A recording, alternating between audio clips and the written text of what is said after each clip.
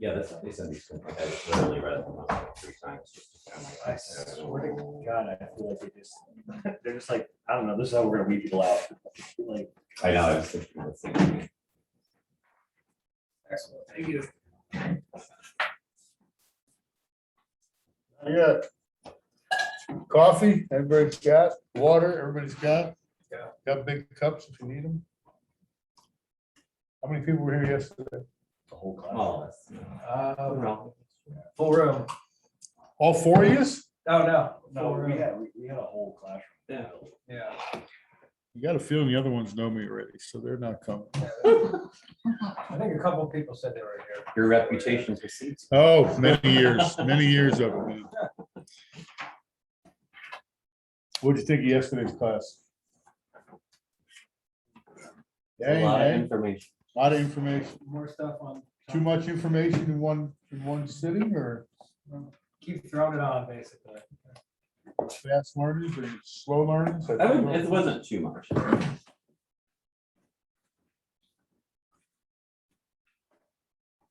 So who's everybody? I'm Eric. Eric, okay. Tim. Tim, John. Josh, John. John, And then Allison. Allison, you've been around for a while. Yeah.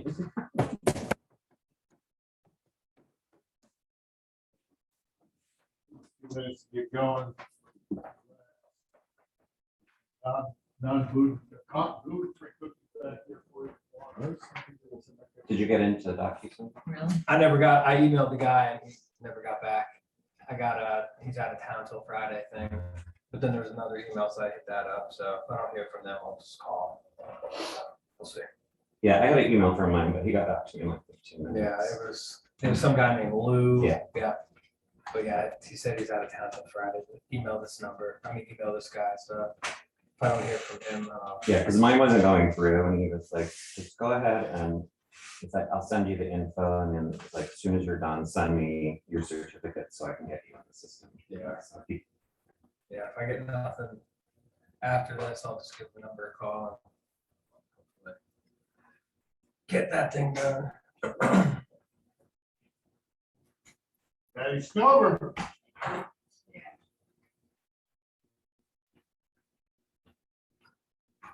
Hi. Hey, guys. So how much of a struggle is Century Lock? Even though I've done it multiple times, I still have issues, and it always happens when the person. Is standing right behind you, adding no And you pressure. start sweating, you're like, I swear, I know what I'm doing. You're like, yeah, okay. Sure. And I then re- there's yeah. old school ones too. So ones that your phone doesn't work on. And so you gotta figure out, okay, wait, how do you do this one? Because all of them look different. And, so Sounds like a good time. it is. So my goal, and you should always be there before your client anyways, but that's mainly the reason. So I Yeah. can like have an issue with it before they get there. Settle on your own. Right, yeah, exactly. And if we're going to see another place, I'm like, okay, bye, go there real quick. But I mean, what are you gonna do? But by the time you're with them and stuff, you've already made kind of a relationship. So, but it's still, you feel like a goofball because I don't know how to open a lockbox. yeah. Yeah. That actually, yeah. Oh, and then one thing, it's actually kind of cool what they do. On Century Lock app, you can do like a safety thing where if you're not safe, you click it.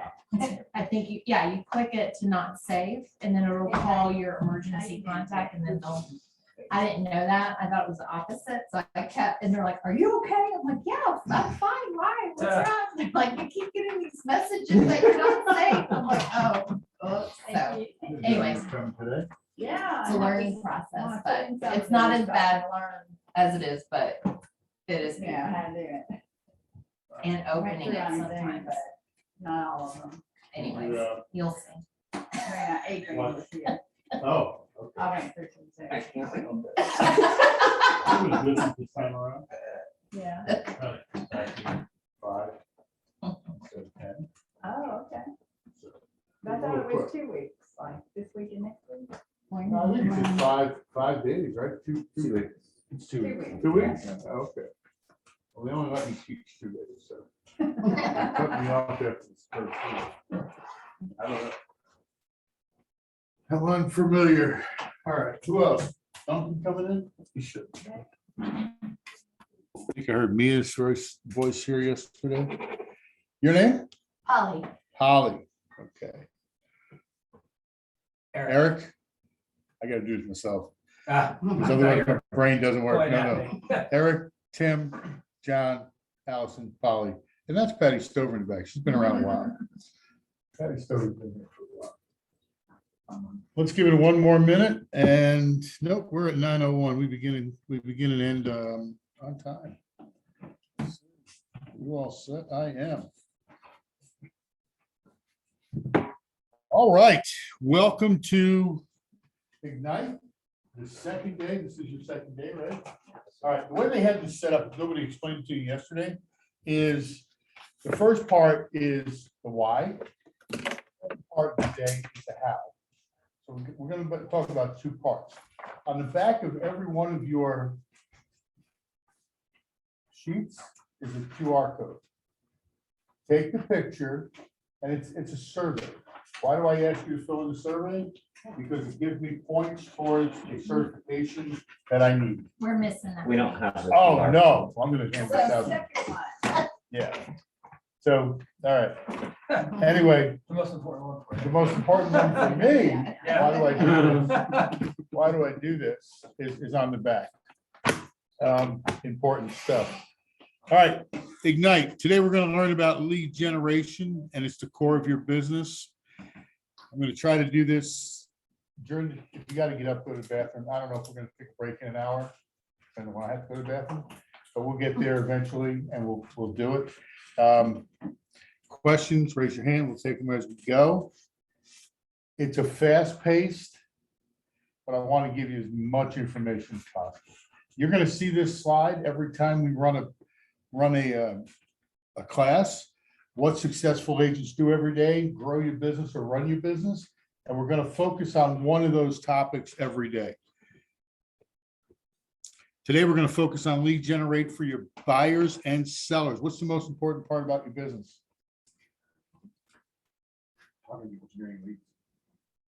For me, it's following up. You can get all the leads you want. And you're right. It's very, very important that you're doing it every day. But if you're not following up, the follow-up is where the money is. Remember that. That's really important. So we're going to focus on lead generate for buyers and sellers this time out. And who's the ball guy up front? That's the important part. I don't say this to impress you. I say it to impress upon you that even fat old ball guys can make a living in this business. I started here 16 years ago. I guess at that time I was 47 years old. I'm 62 and a half, 3 days, 4 days. Anyway, I've been a solo agent. I've been a small team leader. I personally have sold more than 400 homes over the years. That's important to understand that you don't need to sell a lot of homes to make a good living. Okay, you see people go, oh, I got 1,000, I got 15, 3,000. Somebody else did that for me because it's almost virtually impossible to do it yourself over the years. I'm in KW West Ashley. The Friday with Flanagan, every Friday I have a show at 11 a.m. All you got to do is go at Power Onward. YouTube, I use StreamYard. Facebook, that's where I watch it. What's that? Facebook is where I Facebook watch is another place, right? I've started out in Exit. I never say anything bad about companies, but know why they call it Exit? Because everybody leaves. Remax, spent many years at Remax, great organization, high-end. I mean, my office consisted of super names. We had 20 some odd people, and we were top 10 most of the time for a brokerage with that small amount of people. And we were all single agents back then. Dave Friedman, myself, Lisa Richard, Matt O'Neill. I mean, it was a pretty powerful office. Top Producer Awards, Agent Leadership Council. Here at Keller Williams, we have ALC. Anybody familiar with ALC? Patty's on it, I'm on it. Allison knows about it. ALC is the driving force behind. We make sure, I look at it as I'm your advocate for the brokerage. Okay, if I see something wrong, I'm bringing it up during that meeting. There's 11 of us on that today. We are the ones that brought this back into in-house. Okay, we brought Ignite back in. I have a couple of designations. I call them alphabets. LHMS, CDPE, there's a few more out there. Most important thing, if you're looking to do any of that stuff, anybody got an AVR or CRS? Yeah. And what's the most important thing about it? I don't even put it on my phone. There you go. It's a learning experience. Take it for the learning experience. Use it for the referrals. Okay, when you get one of those alphabets, it's all about getting to know the other people that have the alphabet and use them for referrals in and out of the market. Okay, that's what the alphabets are all about. One thing that's not up there is that I spent 17 years in prison. And that's the truth. My early, it's my contact information. As most of you know, anybody who's been in here, if you call me, I will answer the phone. I will help you with whatever problem you have. My younger days, I was a correction officer, retired as a lieutenant back in 1997, New York State Department of Corrections. If you knew me 25 years ago, totally different guy. I'd rip your head off. I would honestly. And what I learned in the last 15 years of being a real estate agent is the personal growth aspect. Bring that personal growth aspect into your business and you're going to make more money. That's the important part. Read the books. I remember the guy who recruited me into KW, not around anymore. He's still around, but he's not here. Oh, crap. He was after me for 18 months. When he came over, we just met. And he realized, we sat down one day, I wouldn't go to his office, he wouldn't come to mine. We'd meet in the hotel lobby. And we were sitting at the Marriott. And Roach said, you know the difference between you and I are? I said, no, what? He goes, I read. And I thought to myself, you cocky little son of a bitch. Can't put that on camera. And I don't know what I said back then. I know it was very snarky at the time. And that was the last we saw of each other. But I did pick up a book. And I started reading again. I realized that it was myself I was competing with. Okay, and I was in real estate at that time. Get over it, get over yourself, and it becomes a lot easier. Once you become authentic about it and you work within your realm, and that's the whole part about lead generation I like to get across. If you work within your comfort zone, you're going to be all right. You're going to make money. It's part of it, right? You can push outside your comfort zone and you're going to make more money. And that's what we call growth. More than that. And that's what we call growth. So what was the book?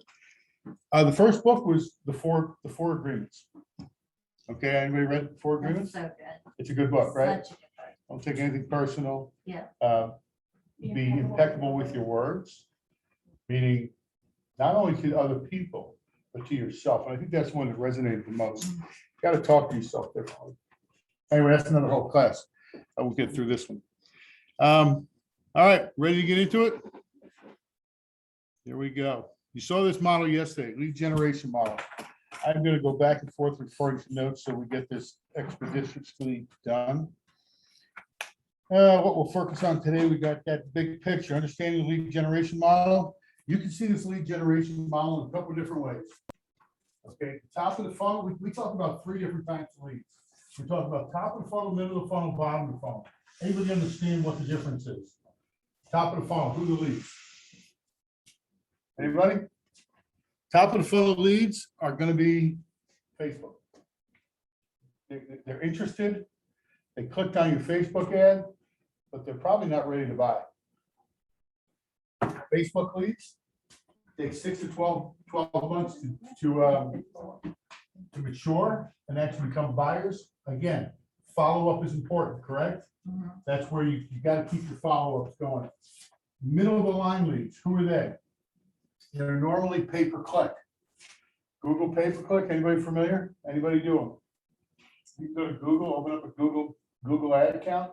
Actually, you can go right into command and you can buy them in command. All right, you're gonna get command class on Friday, I think.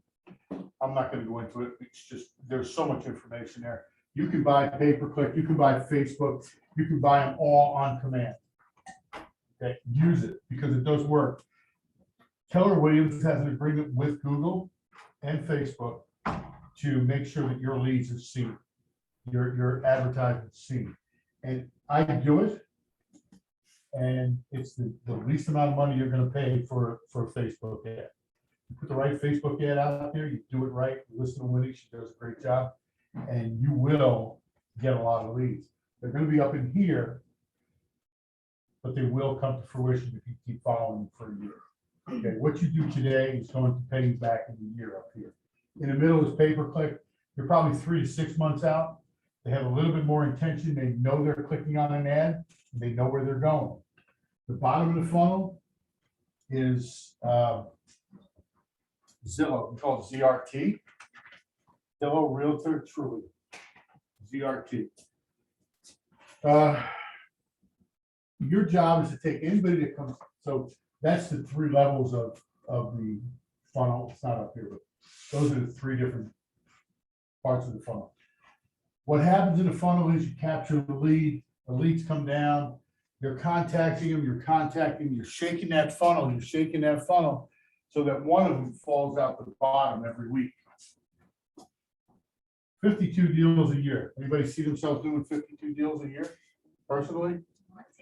Want to, okay. It's not easy. It's doable, 100% doable. People do it. But look at your MLS and see how many people do it. You're talking the top probably 1% of our MLS, and there's 8,000 people in our MLS. The top 1% actually do 50 or more leads, 50 or more closings. It's attainable. You have to be married to your lead generation model.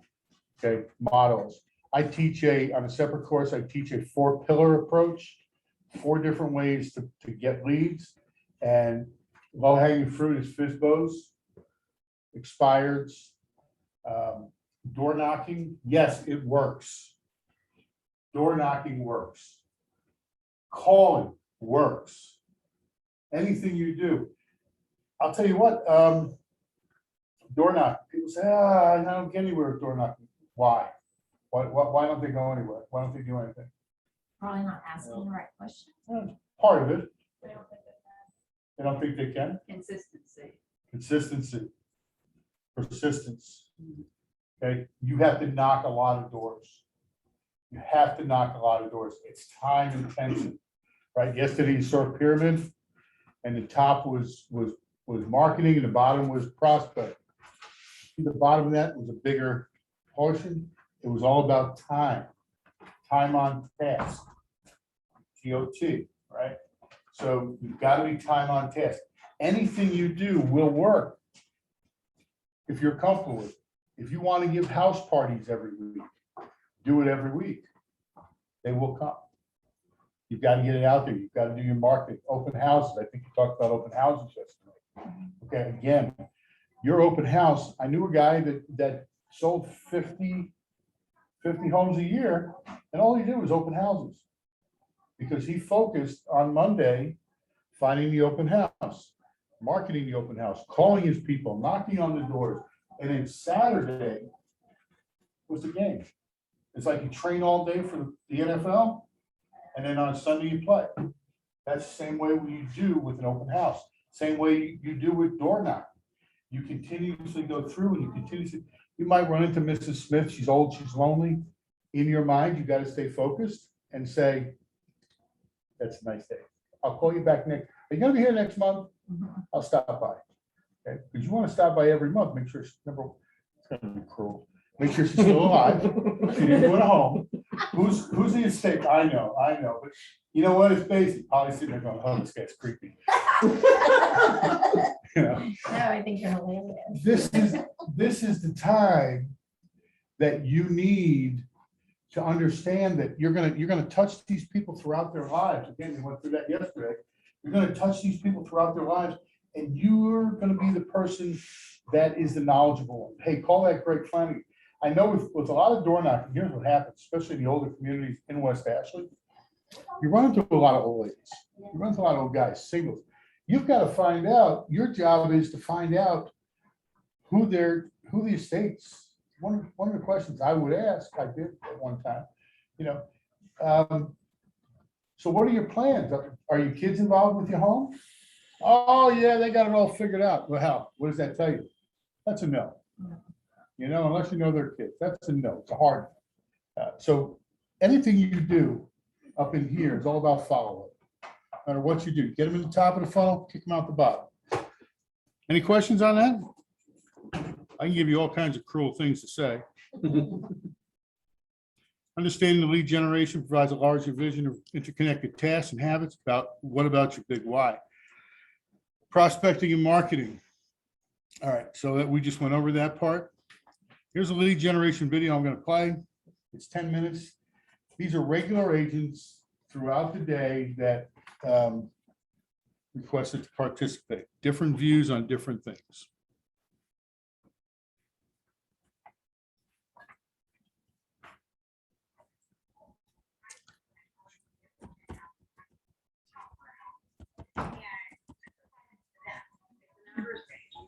If you can track how many people you're calling in a day, how many hours you're doing this, there's a formula that goes called. I use those things that I did innately to attract my clients. I'm a hyper-local expert in the military because I am a military spouse. The two key things that I did to generate the most success for me were social media and open houses because I didn't have the database that everybody else did. So I had to find ways that I could get in front of people fast and also something that would be maybe have the buyer or seller would be ready and willing to buy now versus later. And I'm lead generating specifically in an area that is military friendly, military heavy. It really is in the follow-up. Be present in their lives, build a relationship. Don't just ask for business every single time you see them. Be present in their lives, build the relationship. The least effective marketing activities for me were cold calling. And that's just because my niche market, they're not going to be already local. They're going to be moving from other bases. Then I decided, well, if I'm going to leverage cold calling, let's do it more purposeful and let's do it only in my niche market where I know that there's military there. They're likely to buy or sell in 3 to 4 years. Mindset was a huge part of my success. One of the things I tell myself for an open house is one good lead every time. And so I start that action at least a week beforehand. I do a social media campaign. I follow up with all the likes and comments. And then I do a door knock around the open house. And then I follow up with anybody who is active at the open house. And usually that results in at least one buyer or seller leads, usually more. So my first year, obviously, the minute I made the change, it's super scary. I've got a network of people still reaching out to me to, help them with what I was doing before. RV proves that you don't have to have great hair to be a great real estate agent. Sorry. Or just post-production. And I knew that my job at the beginning of starting out was changing people's mind from thinking if they met somebody who needed a commercial made, they thought of me. I knew my job was to change all the people who knew and trusted me when they heard somebody who needed to buy a house or sell their house, they thought of me. If you're starting out and you don't have that network, be really intentional about where you spend your time. You go get gas. You could meet somebody who needs to buy a house. Just think that way, and you'll attract that to yourself. I think everybody likes to talk about real estate. Your job is for people to know that you are in real estate and that they will bring it up. Open houses are. One of my biggest, I'm gonna cut into this real quick. One of my mantras is everybody has a real estate conversation in their head. Your job is to pull that conversation out. How do you do that? Anybody got any, give me an example, anybody that's in the business or has been. You're at a party. How do you get somebody to talk about real estate? Well, if you're at a party, you can tell them you're in real estate. You don't have to, but go ahead. I get it. The Ford And I would go, conversation, oh, I don't want to do it. maybe the Ford conversation where you're talking about, Ford you conversation. know, and that comes right, the family, it brings up home and then, oh, are you guys moving or? Yeah, John? I always, I mean, I use some sales vacancy, but it always works, and it's just asking someone how their weekend went or what they've got planned, so we can just gonna tell you whether they're leaving their home, whether they're doing something at their home, whether they're doing something in the yard, whatever, doing something with their kids. Easy way to- Good one. Anybody else? If they know you're in real estate, I always get the question of Patty, how's the market? What's your, Yeah. you know, that's a great one, because that's a question you're always gonna be asked. You always ask How's the that. market? What's your answer? Oh, I've struggled with that answer. too. Let me give you a good, you want me to give you a good answer? I think I've heard you say it. Good answer is somebody walks up to you and says, how's the market? And I'll get back to the other one later. How's the market? Anybody? How's the market? How's the market? What market are you talking about? What are you looking at? Well, What? it all depends. It all. It all depends whether you're looking to buy, looking to sell, or looking to invest. Which one are you looking to do? Let's say bye. Buy, super. What makes you want to buy? Tell me. Tell me about what's going on. Rates See, and- you just took them off their, that's another whole conversation. Okay. I'm not gonna do that. But you just took them off their, hey, how's the market? Good. Okay. You want to get into motivation. That's a real estate conversation. If somebody's asking you a question, that's a real estate conversation. You want to start, listen to what they're bitching about. Okay, listen to what they're saying. COVID, big one, right? Oh, the kids are driving me nuts. What's the matter? We got no room. That's a real estate conversation, right? But what would it look like if you did have some room? You know, what does a new house look like? What would you do different if you knew that you had to do this for another 2 years? Right, that's conversation. Everybody's got that real estate conversation more than we ever want to give in. They do. Patty. Yeah, I like that you say that because then it turns it back around to them. See, I kind of struggled with that early on. I think, oh, yes, doing good. You know, I got a couple of listings coming up. You know, I'm talking all about me, you know, which I don't really want to do, but at the same time. What's the one thing we that's do how with I real answered estate, it. right? What, any sales position, AT&T, you said? Yeah. What they teach? you? Any sales conversation? Shit. Huh? That's what I tell myself. You know, it's not about me, it's about you. Right. Tell me about this. Yeah, I have, I mean, I found real estate, I've been in a long time. It used to be like the insurance salesman, it's like, oh no. And then I've actually been to parties like, can you tell me what this neighbor sold for? And they actually make you go to the computer at the Right. house at a party. But I say I picked up a couple in, I was at Sawing Down South downtown, and this couple, I could tell that they were tourists, and I said, you know, I started talking to them, said, you visiting, you know, were you visiting from New York? I said, well, I'm from New York. I was finally find a connection, whatever the connection is. That's what they And were then- talking about yesterday, right? and then they said, Connections. oh, yeah, they said, oh, I said, I've just moved here recently. Oh, why'd you move here? I'm like, I love it here. I'm from New York. It snowed 3 times Right. less in 1 week. And then, I mean, I don't know if they may buy something. I showed them some property and they're like, oh, they may move here, get a vacation home, they may not, but that's. Swing the bat. You gotta Yeah. swing the bat. You gotta get up to the plate. You gotta swing the bat and do it constantly. And that's our job. Your job, if you thought you came in here to sell real estate, yeah, it's part of it. Most of it's lead generation and follow-up. That's your job. You're a salesperson. I hate to break it to you today, but you are a salesperson. And this is a sales job. We help people. And if you keep that in mind, you will be successful. You'll always help the people, but have it be about them. Jim Rohn or one of the guys said, the most important thing everybody, what's the one sign everybody carries around their neck? I'm important. Make them feel important. Ask them the questions. Be quiet, shut your mouth, listen better. You know, shut your mouth, listen. Because they're going to tell you what they need and what they want. And your job is just bring all that information in and ask the right questions. I was That- in retail for. Okay, for there you go. forever. And the one thing I drove home with my teams, because I drove top doors. Right. And the one, with everyone, because you fall into that routine of like being scripted and salesy and all that. And the expectation was when you got done, when you interact with the customer, I wanted to be able to come up to you and say, tell me 3 things about that customer. There you go. There you go. It's Because it drove them away from no one likes being.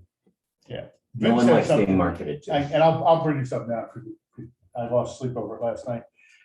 No. But Vince said something yesterday about the question.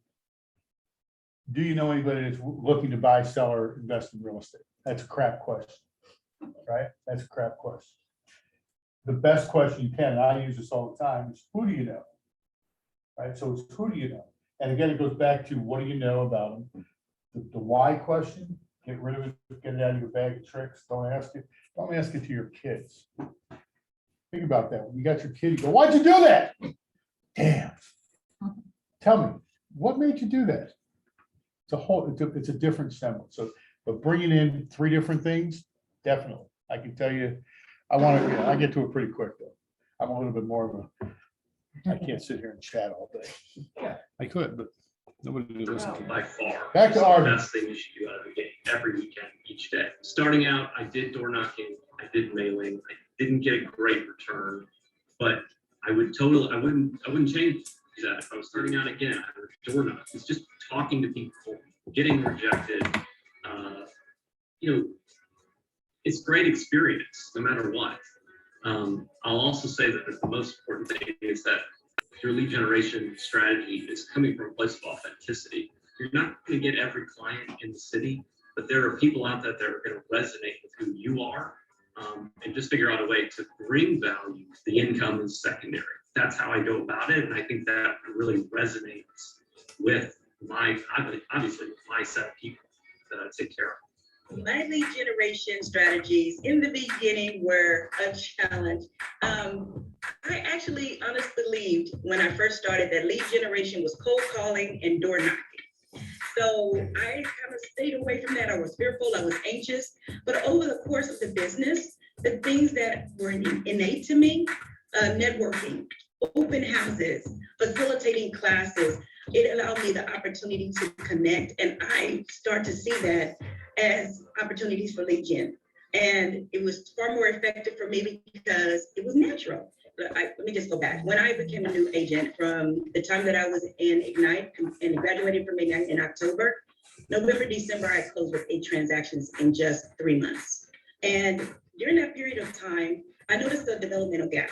And I say this to say, I was referred to partner and collaborate with some other agents and create master classes, as well as launch and learns monthly to share, mindset, motivational speaking. And through this, I was able to build a community, or I was able to build a group and a network broader than myself that basically helped others in home buying, and also with other agents to help build their skills. Another lead generation model she was just talking about, just to reinforce it, is public speaking, talking. Open houses, whether you have an open house, and that open house says, hey, we're gonna have a speaker in here today, might be you, might be your lender. It's something to talk to people around you about. Teaching, this job, what I'm doing now, is a great platform to bring in referral basis, right? I'm gonna go up to, I've been up to Lake Norman and a few other places, but I still sell real estate. Those people will call me because they know me, they're interacting in a class together. That's a lead generation piece also. So not everything has to be a cold call. I can cold call too, I'm pretty good at it. But do it as a referral basis, that's what you're talking about. I think it's one of the best ones you can do, and there's all kinds of models out there. It has put me and set me apart from other agents. Lead gen pitfalls that I've seen agents do are just being cookie cutter, looking at a successful agent or looking at someone else and doing exactly what they do doesn't necessarily work for everyone. Scripps gave me more confidence to be able to know what to say when I was talking to certain clients. Also, there's different approaches to different questions that may be asked. So instead of looking at Scripps as, oh, I have to memorize this verbatim, it was a resource to gain knowledge and definitely helped me to build confidence, even though I was not planning on using it verbatim. I've always said my purpose is to empower and to elevate others to a level of excellence. And when I meet with my clients, I want to make sure that they have enough information and they feel empowered to make the decision. How can I do that? How can I help you to make you feel that once we've made this connection, you are elevated. With my time blocking for the first 2 hours of every day, I would do lead generation. And sometimes it would be 4 hours if I wasn't getting the productivity that week that I wanted. And then I followed up with all of my clients. I learned just lots of very successful habits at night. I think that a lot of new agents want to try all different types of lead generation. They're not really honing the talent in one or two different lead generation. There's all kinds of different models, but they are not made for everybody. You want to go broke real quick? Take a shotgun approach. Do everything. I want a door knock. I want to hang this. I want to print this. You're going to go broke quick. Unless you got a ton of cash in your pocket or a big bank account that you're willing to invest for 5 or 6 years.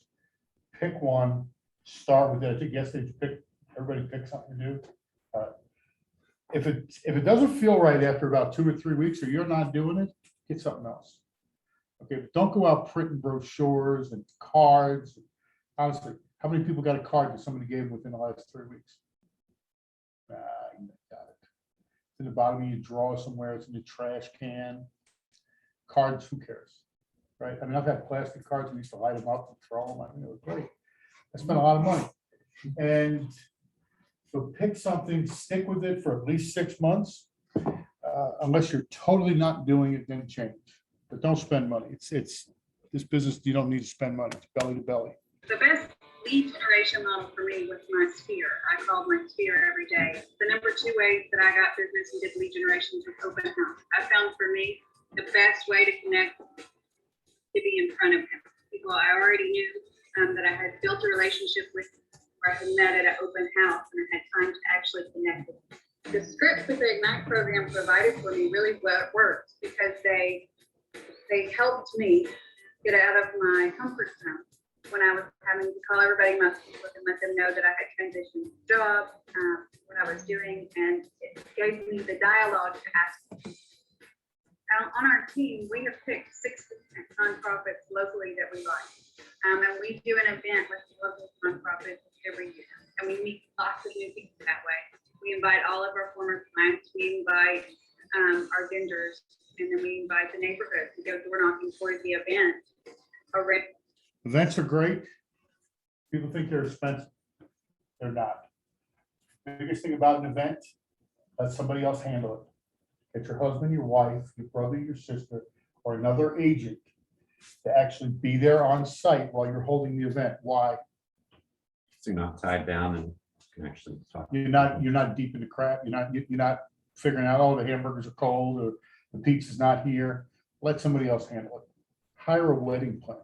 Spend $200 or $300 for that person. Your job at an event is to shake hands and kiss babies. All right. You want to deal with your clients. And man, I'll tell you, what's the focus of the event? Anybody? Build relationships. Build relationships, number one. Generating leads. Generating leads. It's a lead generation tool. You're there to listen, to ask questions, and to talk to people about their needs in real estate. That's all it's for. Yes, it's building relationships. It makes them feel a little bit closer to you, but that's what we do. Right? We're salespeople. We want them to be bound to us. I can tell you one event I used to do all the time. I'm a non-drinker now. About 5 years ago, we were in an ALC meeting. KW, what are your goals for the next year? I said, you know what, I'm gonna stop drinking beer. And all the guys, it was an all-guy ALC that time. And they're all like, yeah, okay, sure, I like beer. I really like beer. Well, that led to a long, been 5 years. I haven't touched the drop. Realized I didn't need it. Didn't, anyway. Why did I quit? Because I liked it too much. One of the lead generation things though, I'd hit a bar every 2 days, every maybe twice a week. Meet the guys, talk about the sports, talk about the bowls, what are we gonna do over the weekend? And always on the way home, I'd stop at that last bar, and I'd walk in, and shouldn't be driving, I'll be honest with you. And I'd buy the bar around. Think about this. It cost me maybe $1.50 to buy 20, 30 people a drink. But it was $150 that I saw your face, you saw my face, you came over to me to thank me, and we had an interaction. Mind you, it was slurred. I- And you don't remember the next day. Well, I do. I was very intentional. Trust me, I was very intentional about it. I was very intentional about it. I sold a lot of houses over a bar.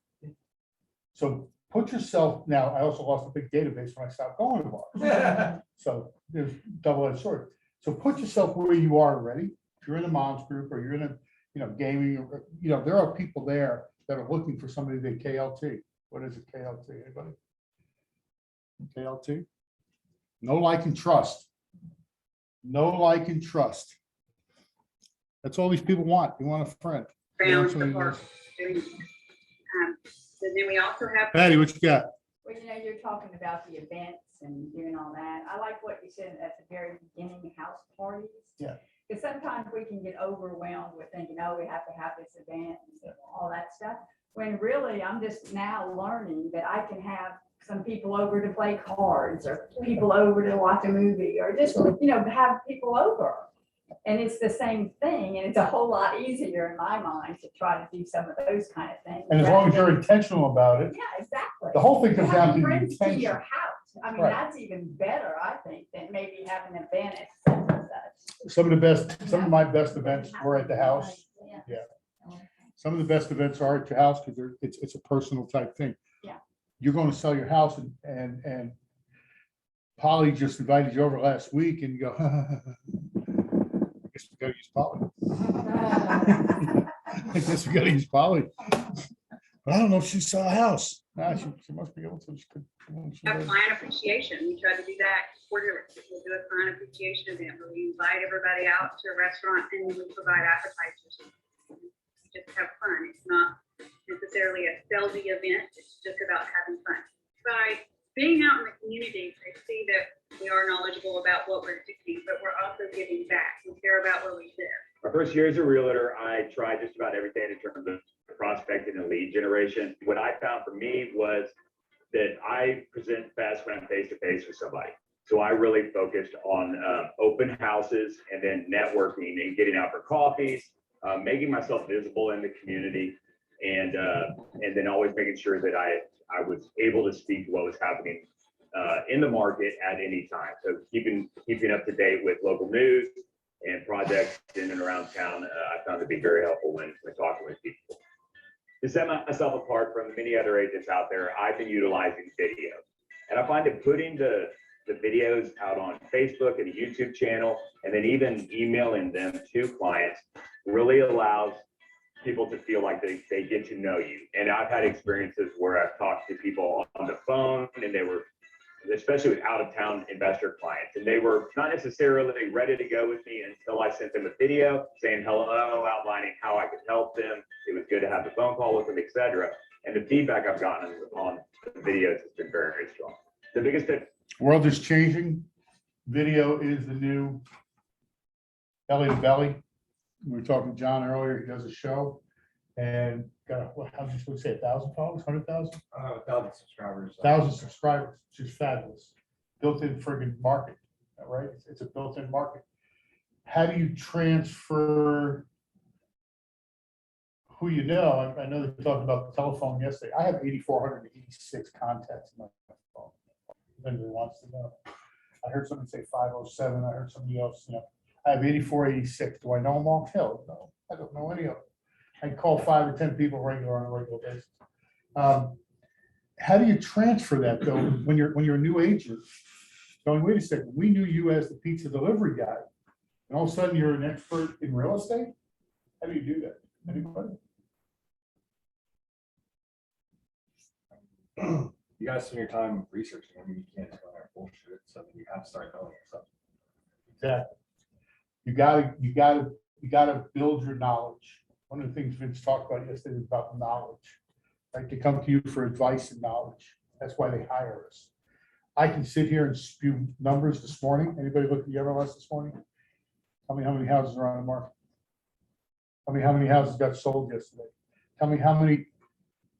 If you don't know, that's a gap in your knowledge. That's where the video comes in handy.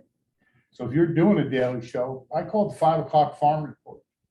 Anybody from the country? In the country, I was born in Brooklyn, New York, by the way.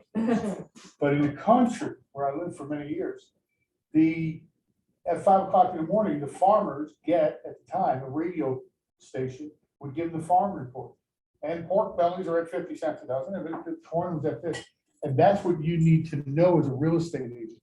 What's happening in the market? Where do you get the information from? You get it from your MLS, you get it from listening to podcasts, you got to bring all this stuff together to make yourself a better real estate agent. You got to be knowledgeable. The difference between somebody's going to make a lot of money and the difference, somebody who's not going to succeed is the knowledge. Knowledge builds your confidence. Knowledge builds their confidence in you. And it's very important. That's what Spain did here. And well, Greg, I don't know anything. Keller Williams, man, where's the red book? It's not up here. Pick up a book and read the book to your audience. What do you know about selling houses? I don't know a damn thing, right? Pick up a book and read that to your audience. They're going to say, well, now you know more than I do, but you're going to teach them. So educate them what you need to do. Use the video. Pitfalls I saw other agents having, and even fell into myself with lead generation, was not having consistent follow-up. So if I had an open house and I got some names and numbers of contacts and told them I'd be in touch with them, sometimes I would get overwhelmed and I wouldn't touch base with them in a timely manner, or to follow up on calls with somebody that had shown some interest. Making sure that you stay on top of things and follow up with your contacts is very important. Scripts are great for understanding what objections you might encounter and how to overcome those objections. What I discovered was I would learn what the foundation of the script was. What was it trying to get me to say? And then I would be able to, just by knowing that and having read it over and over and over, when I would have an objection come up, I was able to utilize those scripts, the content of the scripts in my own words. Perfect. Any questions on that video? Any ahas? Open house is a common theme. Open house, common theme. What makes open house a common theme? Person to person. As you say, belly to belly. Belly to belly. Bad breath to bad breath. You know, the open house is the easiest entry point into lead generation. If you don't do the open house right, and you got 3 agents, 4 agents here that have been doing this for a while, Polly, you new or? I'm brand new. You're brand new, okay. So out of the agents that are sitting here, how many open houses do you do? How many people you get in? Do you see you get more people when you prospect, knock doors? Have you been knocking doors? So the open house is a system. Everything that we do here is a system. And if you follow the system, it works. And if you do it continuously, I try to explain this to agents. Nowadays, it's kind of crazy because houses are going off the market and, you know, we're up to, I think, 10 or 12 days now. We had to change our open house policy. At one time came on the market on Tuesday, no showings until Friday. Friday was the real estate agents. Saturday, Sunday, we had open houses. So we knew that the people that were coming in Saturday and Sunday were largely unrepresented. What's the purpose of an open house? To meet people. To meet people. It's not about selling that house, but, you know, people are just wandering around. They got no idea what the heck they want. If you follow the system and you do it every month, every week, think about this. I knock on the 20 doors, 10 up, 10 back, right? 10 on the side, you got time. Hi, Greg Flanagan. Just wanted to let you know between 1 and 3, we have an open house. Please, if you're welcome to come over and just check it out. By the way, who do you know looking for an open house? Looking to buy a house. And they see you, and next week you show up again in the regular market. Knock on the same door. Hi there, Greg Flanagan again. We have another open house. Hi there, Greg Flanagan. We have another open house. What do you think is going to happen on the 4th week? I got a feeling you're going to get a better response. They will. Your smiling face, probably not. You're all of a sudden you're following up with somebody that you don't know.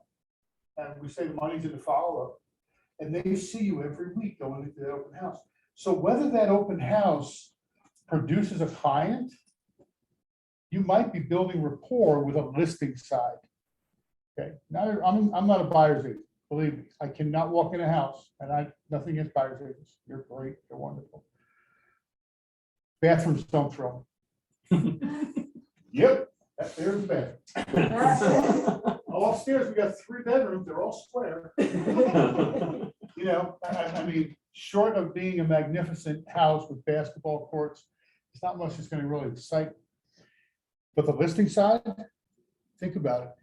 You can list 10 houses at one time and still take the afternoon off to play golf. You can't work 10 buyers at one time and play golf. You can't do it. So when you're doing the open houses, the most important part is knocking on those doors, let them see your face. Say hello and do it continuously. So if you get the biggest dog of a, think about this, you got a dog of a house, been on the market 3 months in this market. Is that a good one to go sit open house on? I think so. This guy next door might want to see you and talk about why isn't that house selling? Well, you know what? I'm not really the agent for that house. Let me show you what I can do. You know, so work in 2 different ways. All right, listen, we're at 9:45 and I'm 10 pages into 28. So I'm going to start going through a little bit quicker. Anybody got to hit the head? Go hit. All right, you saw this one yesterday. Be prospecting based, marketing enhanced. Money, here's the marketing. Prospecting based. Why do we use prospecting based? What's the best thing about prospecting? What's the best thing about prospecting? Takes the longest, most time intensive, right?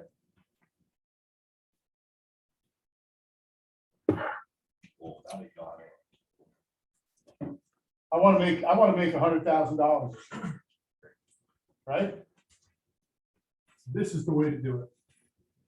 Because I can regulate how many people I talk to a day. I can regulate how many people I close a day, how many appointments I set a day. When I've got marketing, it's just telling people I'm out there. I can do a CTA, I call to action, right? I come from a direct mail background where everything was CTA, you know, buy one, get one free. Come to the store, get $20 coupons. This is a salesperson's dream. Your money in real estate is unlimited. You can make as much as you want. Depends on the time that you want to put into prospecting. And prospecting comes through all those things we just talked about. You can make money circle prospecting if you spend a lot of hours on it. We know, I know, I don't know if they share that with you yet. Every 75 people that you actually talk to and contact and have a real estate conversation with, one of those people is going to buy a house. How do you figure this out, Craig? So how many houses do you want to sell this year? I want to sell 12. 12 houses. There's a real simple solution. 75 people. Contact, talk to, right? Conversation. Not dials. What does that come out to? 150, 75, 00. I'm talking 900 people this year. I'm fine, so. Okay. Do we know 900 people? Well, that's the whole thing. That's what lead generation is about. Okay. These are proven numbers. 1 in 75 is a proven number if you're using some kind of a system. That takes everything into, it doesn't say, I'm just going to use telephone calls. I'm just going to use open houses. This is what's the word? Conglomeration of everything that you do to build this traffic. You need 900 people to talk to. Break that down into days, months. We work how many days a year? 200. Right? You have 165 days off. Man, that's a lot of time off. Right? So what is that equal? 200 divided by 9? 900? Now, do you think those 75 people are like cold leads? or That's people you're everybody. just That's getting, that's or everybody. Your database people. Database, cold leads, hot leads. That's everybody. That's everybody you talk to and deal with. Which one? 20 people a day? Right? So you've got to talk to a lot of people to make that. Okay, you have to have a system that's talking to a lot of people, and we talked about that yesterday too. Systems, drip campaigns, command, get them out there. Okay, so be prospecting based. Let me just see if I wrote anything here. Why do you think it's better to be prospecting based instead of marketing enhanced? Why? It's quicker return, and I think it's cheaper, it seems like. You can control your return and it's less expensive. We sell nothing cheap, just less Sorry. expensive. All right, that's retail, right? Nothing cheap, just Right. less expensive. All right, next thing up is our database. I am a big proponent of databases. Tell you my story real quick because it's an old one. When I got into business 15, 16 years ago, thank gosh, I had a woman who was my broker in charge. I said, Nancy, what do I need to do? I was a small business owner. I'm a retiree. You know, what do I need to do? She says, you need to have a database. Okay, which one should I use? At the time, Top Producer was a big one. I can tell you I kept Top Producer for 15 years. I just canceled it last year because I had moved over to another database. What's the best database out there? Man, The one you use. Ah, she's been listening. Allison's been listening. Okay, the best database you're gonna use is the best database out there is the one you use. Okay, you wanna feed that database. You wanna talk to that database. You wanna interact with that database. And you can do it in all different kinds of ways. Here at Keller Williams, we have a 36 touch, and that's broken down into 36 times a year. You're gonna touch these people. Wow, Greg, how am I gonna do that? Most of it's automated, and it's another whole class. Happy to teach it sometime. What do I want to say? Oh, customer stores information. It's updated regularly, can be organized to meet specific needs. Lead generation feeds your database. I think I heard Joseph yesterday say something about, he had somebody raise their hand. I can tell you stories about people that have been in my database that I don't know. I can tell you what their email addresses are because I go through my database. That's how much time I spend in there. 75% of my business now comes from that database. 75%. How much am I working? Not a whole bunch. I call most of those people quarterly, at least once a quarter. And it's just a round robin type thing. You pick up the phone, you go, hey, how you doing? Good. 99% of the time, it's voicemail. They either see me calling, and you know, they know what I'm doing. Hey, it's Greg from real estate. How you doing? Good. Just wanted to know anything I can do for you, your real estate needs? No. By the way, who do you know is looking to buy, sell, or invest in real estate? I say those words. Right? Because if you're not intentional about what you said, they are never going to say, hey, Bob's coming over. No, you have to ask them. You have to ask them a couple of times. So, I mean, I just had and it makes sense, folks. Quick story. 20 years ago, I lived over off Rifle Range Road on Laurel Lakes. The kid next to me was renting a room from the person next door. He was a boat builder. He spent his entire day in the heat, hand shaping boats, yachts, up in Eugene, South Carolina. Probably played a couple of cards with him. I think I asked him over one day to help me make a headboard for one of my girls, and he fixed that jigsaw for me. He was in my database. And I don't think I saw Tab, I don't know, one time in the next 15 years. I get a call one day, text message. Greg, do you sell real estate on Sullivan's Island? Yeah, I do. He goes, my ex-girlfriend from high school, the guy's 40 years old. My ex-girlfriend from high school's mother owns a place on Sullivan's Island and she needs to sell it. Well, hell yeah, I'm interested. I met Miss Ann. Miss Ann has two properties. She has one on Sullivan's Island. She has one on Isle of Palms. She lives in Greenville. $2 million property. Thank you. Because it was in my database and I touched it. Right. And I can give you story after story after story about the people that you don't really, that they're on the outskirts of your business. Yesterday, Joseph did the circle out here. You keep these people, you touch them 12 times a year. You know what? Send them a friggin' newsletter. Send them a newsletter. Hey, look, this is what this property is for sale. This is what I think the market's gonna do. And by the way, here's my information. Just send them a newsletter. That's all they need. That's really all they need. While you get closer to the circle, people go through phases, another class.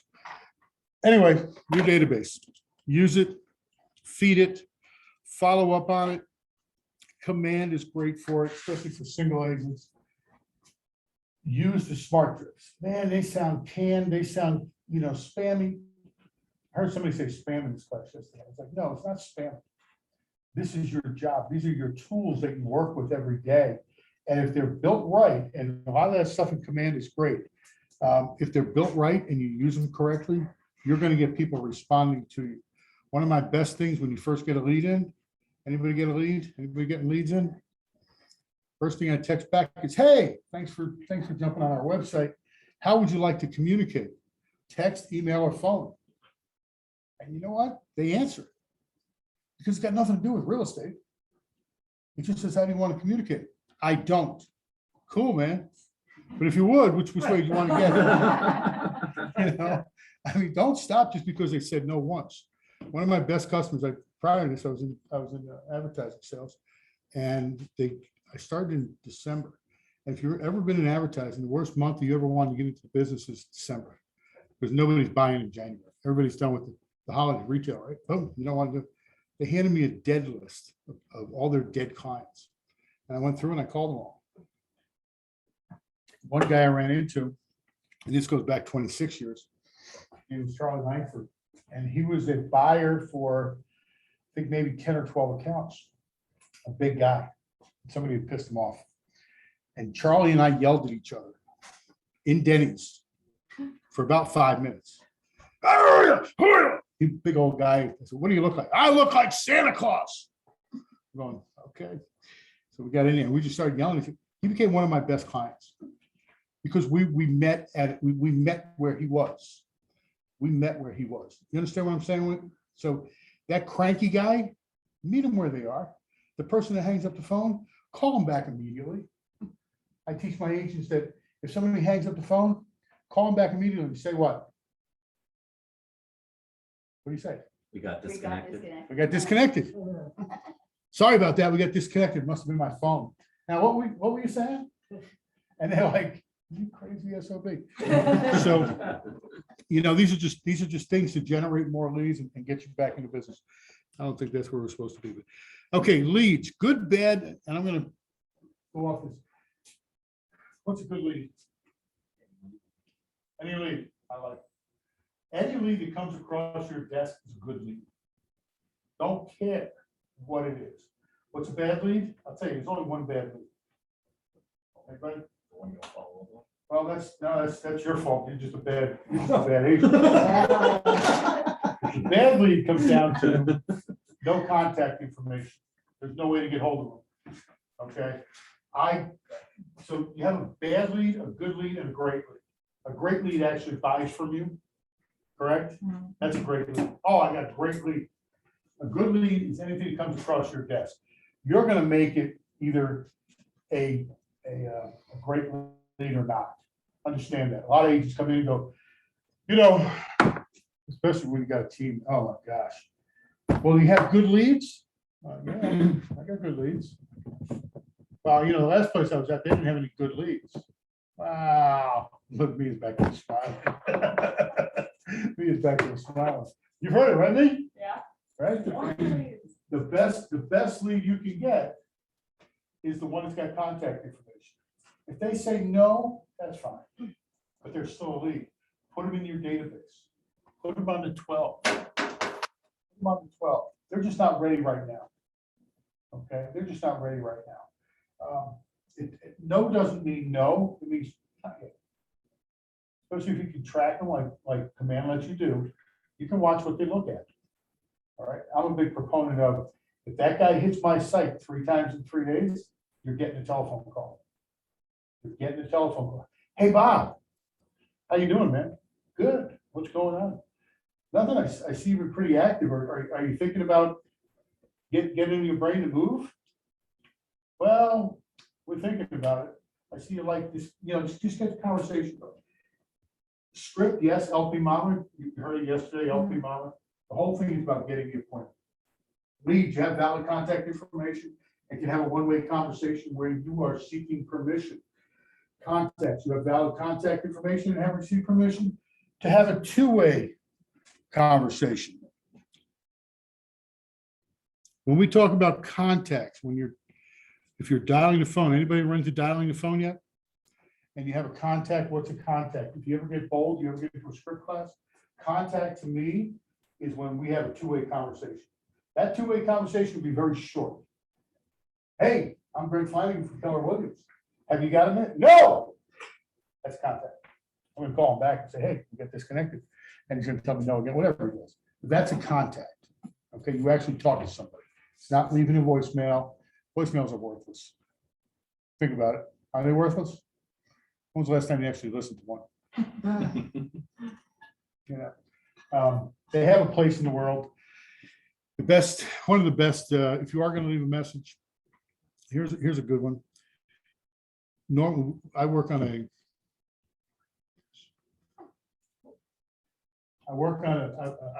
what we call 21 days of gain, spelled with P. 21 days of gain. And those, you have to answer that phone. You have to call that person back. They hit your site. You got to be there in 5 minutes, less than 5 minutes. What happens after 5 minutes? Anybody know what the percentage is, the drop off of contact? 400%. It drops off like a rock. If you're not on that phone in 5 minutes, it drops like a rock. You lose that. What happens, especially the guys on the internet, what do? You're already on to Joe's site. Joe calls you real quick, guess who he's calling? First contact, man. You're going to Joe's site. So make that call. Make that call, nothing else. The way I teach it is call, 4 rings, hang up. Immediately, call again. They might have just been getting to their phone with the 4 rings. Call immediately back, 4 rings, no voicemail. Call 4 hours later. 4 rings, hang up. And then it goes down through a system. We don't actually leave a message until the 3rd day. And the 3rd day, now they've already seen your phone number 5 times. The 3rd day, the message says, hey, this is Greg from Keller Williams. And I just wanted to, message says, hey, this is Greg from Keller Williams. We take great pride in getting back to everybody that touches our website. And I'm just calling to see how I can help you with your real estate needs. I'll call you back tomorrow. What didn't I do? Leave your phone number. Didn't leave my phone number. What did I do? Huh? Said you'd call back tomorrow. I left an expectation that I'm calling you back. And God knows, I want this guy to stop calling me. What happens next time my number pops up? Oh, this is that crazy bastard. He's gonna keep calling me until I don't know. And they'll pick up the phone 6th, 7th, and 8th time. Stay with it, 6, 7, and 8 times. Go ahead. So is that you only do that kind of rhythm, let's say, for if they click on your website, not for, because I'm trying to do expireds and FSBOs. Right. So Same thing. you do the exact same thing. Okay. You know what? The best one with a FSBO. Have you taken FSBO class? The best one with FSBO is Monday. Okay, number one, I don't give FSBOs. Some people are under the impression, well, let's give FSBOs all the information they post. I'm sorry. No, you're selling it yourself, and I'm not going to help you sell it and then get nothing for it. I'm in this business to make money. Mhm. So I educate them. I give them my value proposition. It's what I can do for you. And then on Monday, every Monday, back when things didn't sell, actually FSBOs are taking longer than regular homes to sell. Every Monday, you call them up and say, hey, Bob, how was the weekend? Get any offers? Yeah. Anybody show up? You're open? Yeah. All right. Well, I'm here if you need me. You know, how soon do you have to be in Florida? Go back to their pain. And you talk to them every Monday. Talk to them every Monday.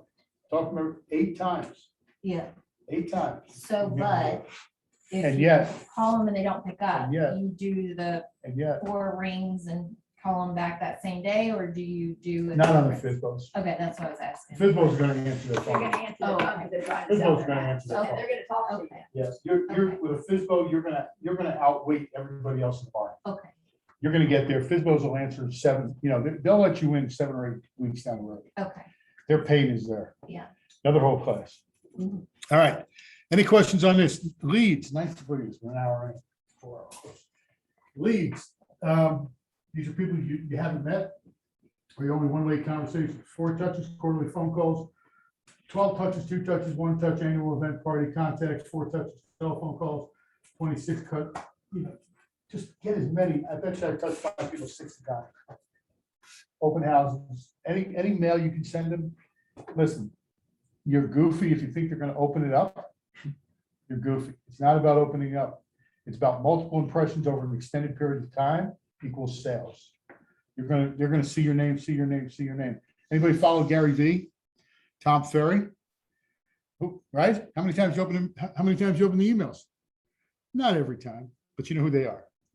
And you know what they do. Greg Flanagan. All right, where are we? Any questions on that? Again, tech demo, you're gonna learn that on Friday. It's all about your database. All right. Ahas. Any ahas today? Call. Call. Follow up, follow up, follow up. Follow up. Anybody else?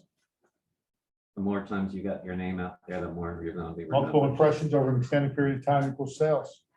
I think my biggest thing is become a professional in your profession.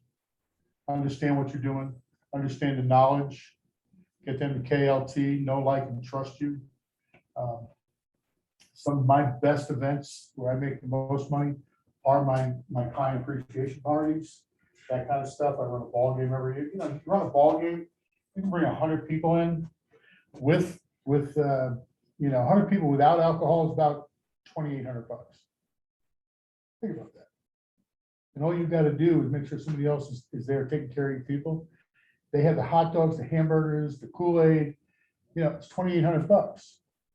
Might seem like a lot of money, but when that $600,000 person comes up and says, I want you to sell my house, it's 18 grand. That all of a sudden goes, that ain't bad. Get a couple of those a week. Leverage the cost, partner with a lender. Partner with a lender, leverage the cost. Right, a lot of, and that's, I think, a great strategy. As long as you get the right lender, and he's not, because lenders are great, lenders have money to spend. You have to prove yourself to a lot of lenders before they're gonna kick up the cash. But definitely partner up in the beginning with other vendors. Let's take a quick break. And here's the back of this here. Ready? Everybody take the shot on the way out. It's a little 28 question. Let's take 10 minutes. Yeah, I think all of them are supposed to have it, but only his has the back. Yeah, only mine has. This is for me, for those people that got here later than.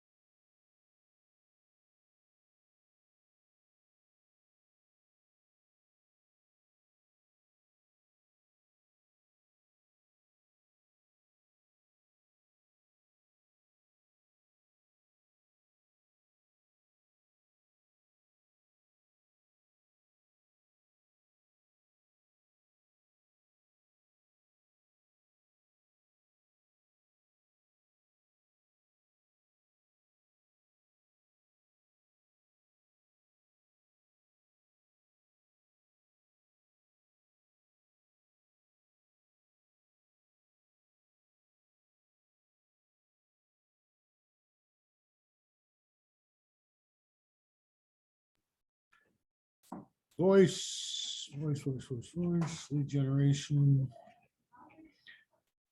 You're gonna learn your scripts later on. I got one thing to say about scripts, and I don't know if I'm doing scripts later. I have another class on Thursday with you, so I don't want to tell all my stories. Goals to set your career on fire, 10 contacts, this is daily. 10 contacts added, 10 conversations a day, 10 handwritten notes, 10 home previews per week. If you're not doing home previews, I know they touched on it yesterday, very, very important. Again, this goes back to your knowledge base. You got to know how many homes are on the market, how many of those are new homes.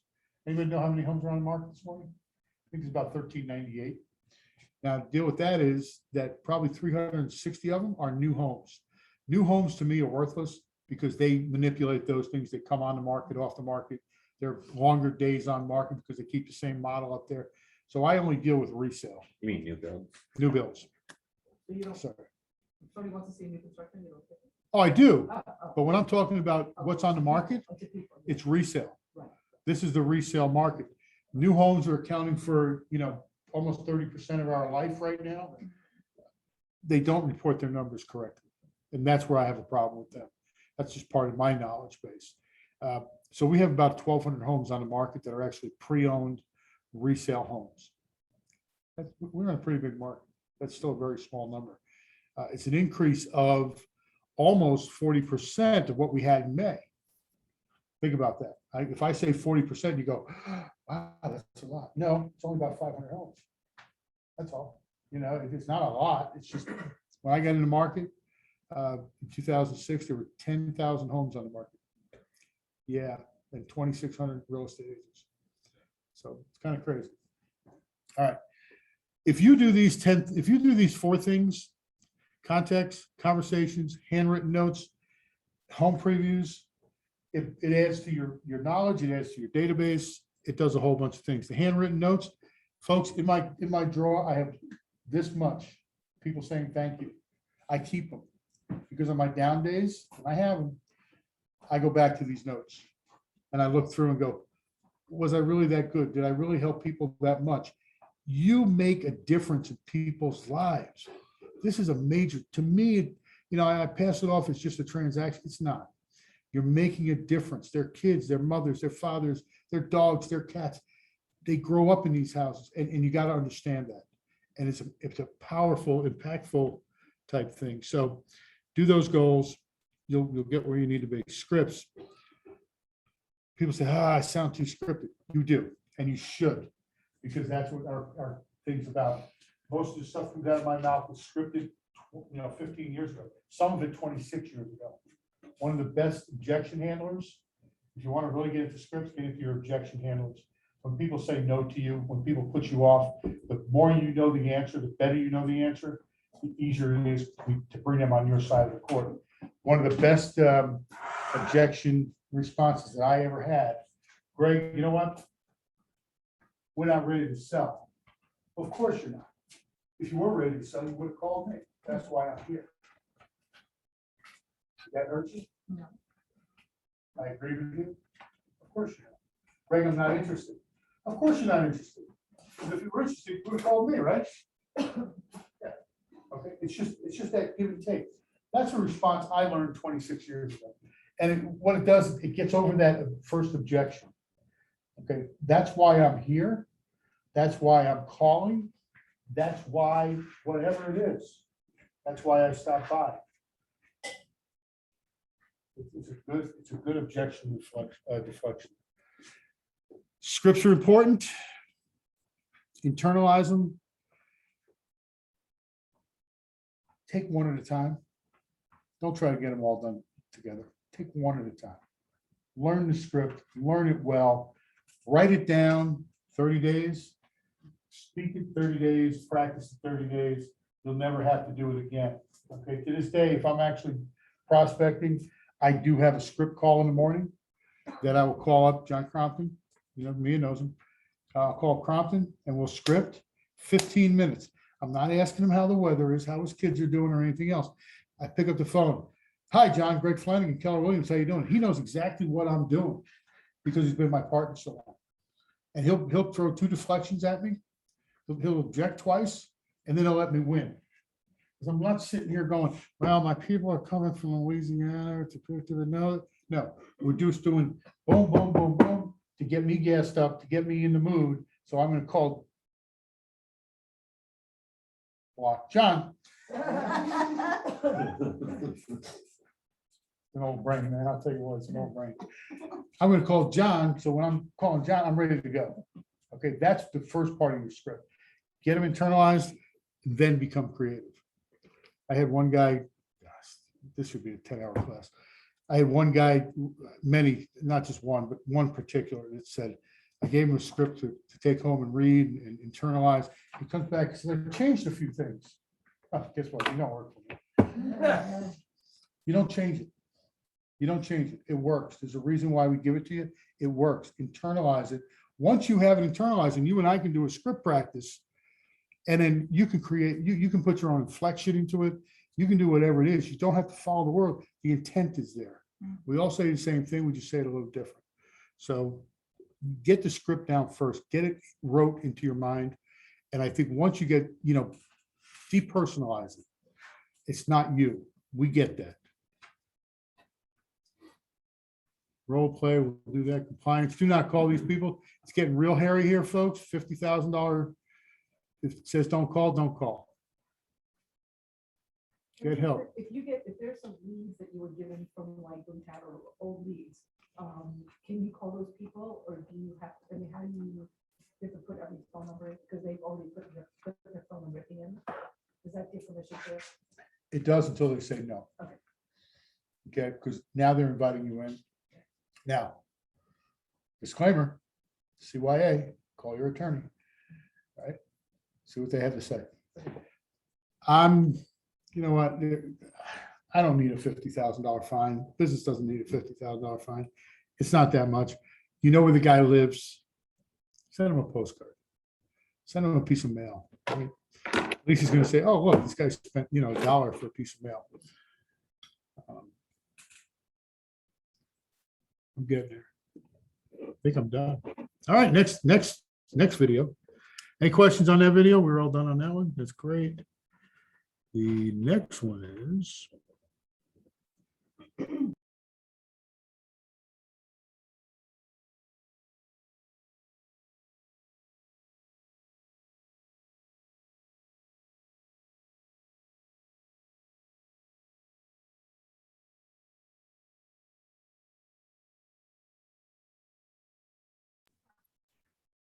Okay.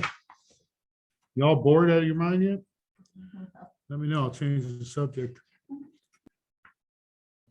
Marketing. What we'll focus on today is lead generate for buyers and sellers, and we're going to run your business, right? The right side is running your business. Market seller listings. One of the biggest things, marketing versus prospecting. There's that triangle again. One of the biggest opportunities you have for free marketing are listings. Anybody ever heard the phrase list to last? What does it mean? First plus, what does list to last mean? I made reference to it earlier. How many listings can I handle right now? 10, right? How many buyers? 3. You're gonna be good at 3. 3 is busy. Mia, how many can you handle buyer-wise? Yeah, repair addendums and consultations, and your time is very, very finite. With listings, you're gonna have a lot more time on your hands. The other good thing about listings is you can market. You can market your listings. What happens when you market your listing? What are you doing? What are you marketing for? You get buyers. To get buyers. You're marketing to sell the house. Don't get me wrong. I never said you did. Your intent is to sell this house. But you're marketing, you're a free marketing tool to bring in buyers. It's important. That sign out front, buyers. They're going to call you on the phone. And if all you're answering, that's another whole session. You got your telephone number out there. How much is the house on 3101 Sandra Way? oh, that's $630,000. Thank you, cook. You're doing it wrong. Right? What's the last thing you want to tell them when they call? What was that? The question that they asked. Right. The price of the house. Because once you answer their question, see ya. Okay. So when they do call you, ask them what their motivation is. Remember LP Mama? Biggest thing there, you already know the location. They're sitting in front of your sign, correct? You know the price, you know it, they don't. You know what their price range is because they're cruising that neighborhood. The one thing that you need to know is their motivation. And that's the first question out of your mouth is, oh, you're in Marsh Walk. Are you looking for homes in Marsh Walk? While I'm opening, you know what? I don't have my computer open right now. Hold on for 1 second. You're in Marsh Walk, right? Yeah. Are you looking for homes in Marsh Walk? How long have you been looking? When do you plan on moving? Are you working with an agent? Number 4 on the list.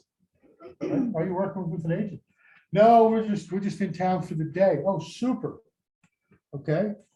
When do you plan on buying? Motivation. Have you told them the price yet? No.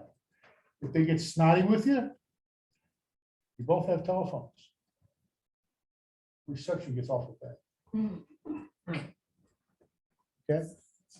As a listing agent, you control the sale. You control what information you give out. All right? And your job as a listing agent is to produce buyers for yourself or your team. And that's where we go here. So the most important thing about a listing is it saves you time and it gives you a vehicle to market it. How do you market a listing? That's what we're going to go through today.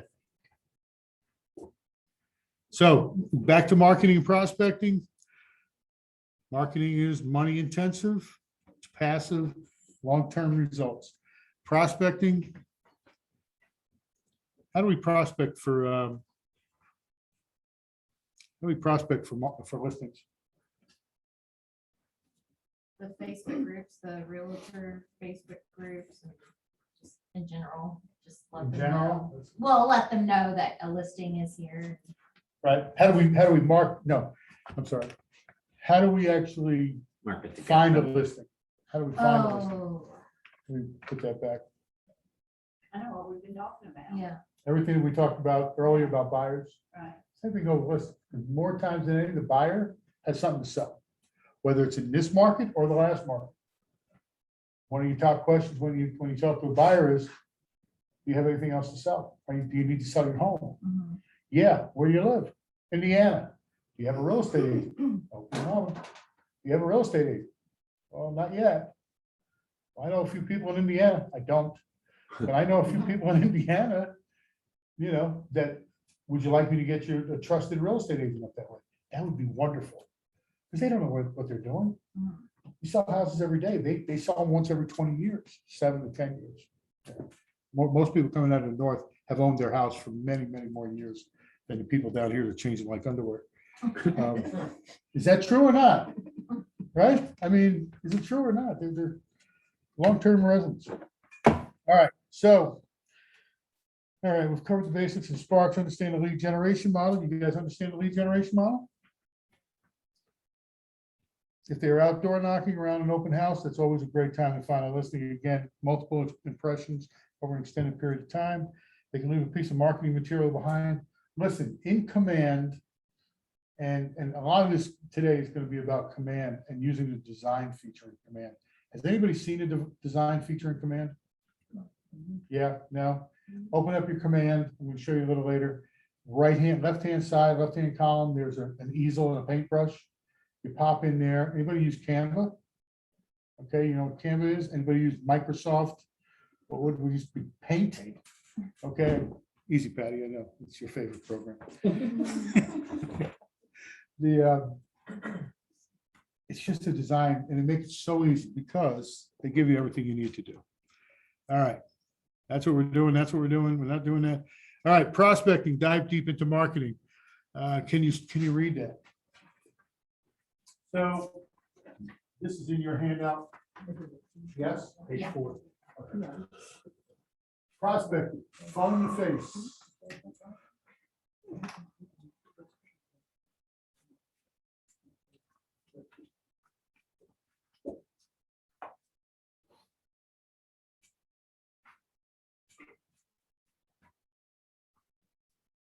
This goes back to pick one, focus on.